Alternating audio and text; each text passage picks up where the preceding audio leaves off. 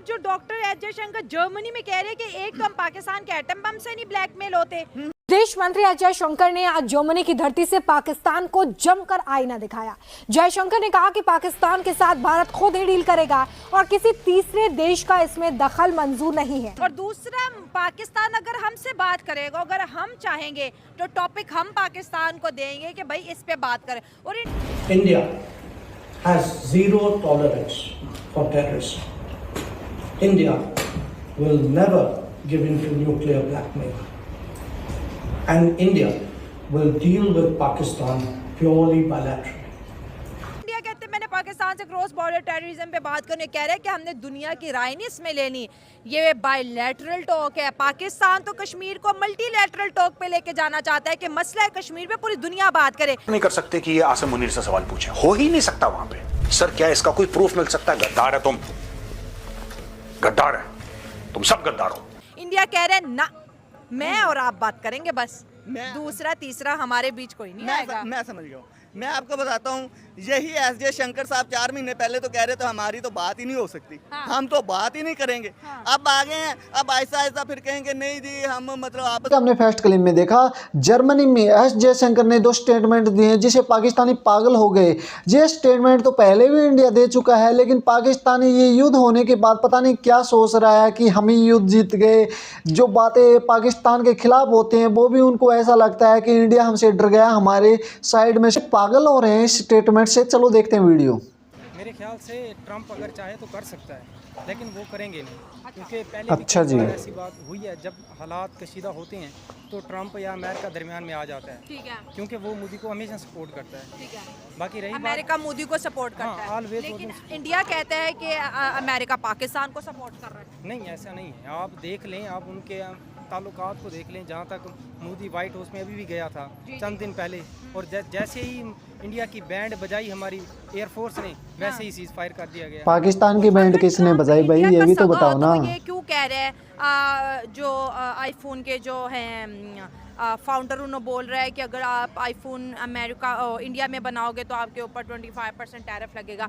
अगर अमेरिका सच में इंडिया को दोस्त मानता है तो इस तरह की बातें तो नहीं करेगा। नहीं, देखिए वो एक पॉलिटिकल पॉइंट ऑफ व्यू है, क्योंकि उसने पाकिस्तान को भी तो खुश करना है। अच्छा, हाँ, इसलिए वो हर किस्म के पाकिस्तान को खुश करना चाह रहा है, लेकिन वो देखो ये बहरहाल कुछ ऐसा करेगा जैसे इनको इत्मीनान हो जाए कि जी ट्रंप हमारे साथ है। आप आज से 4 महीने पहले चली जाएं, इवन 2-3 साल पीछे चली जाएं। ठीक हो गया।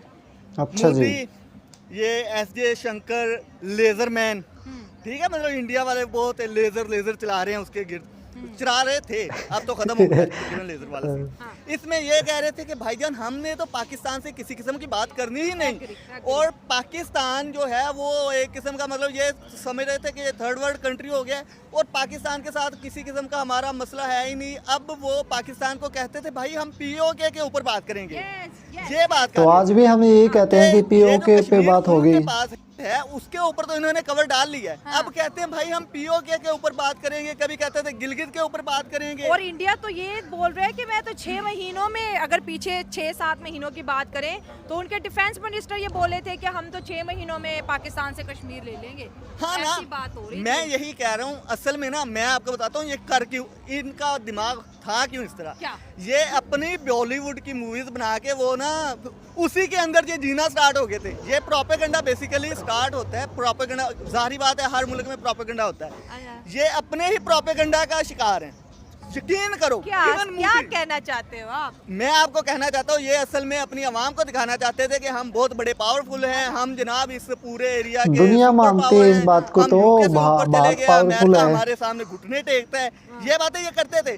और अपनी मूवीज में ये दिखाते हैं, कभी छावा बनाते हैं, कभी केरला स्टोरी पाकिस्तान का नलका उठा ला, हाँ, कभी मिशन मजनू है जनाब, पाकिस्तान में वो सारा कुछ खत्म कर दिया है, कभी फलाना आ रहा है पाकिस्तान को तबाह करने।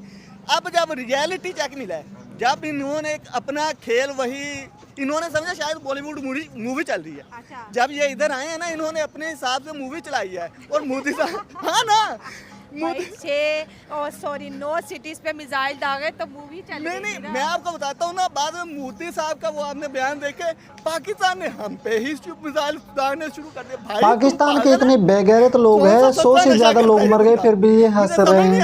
आप एक जाहिल कौम है। नेशनल बॉर्डर को वायलेट करते हैं, दूसरे मुल्क में जाके आप 9 मुल्कों के ऊपर 9 सिटीज पे 9 सिटीज के ऊपर आप करते हो जाके हमला, और उसके बाद कहते हैं ये इन्होंने हम पे ही हमला स्टार्ट कर दिया। भाई किस नशे में है?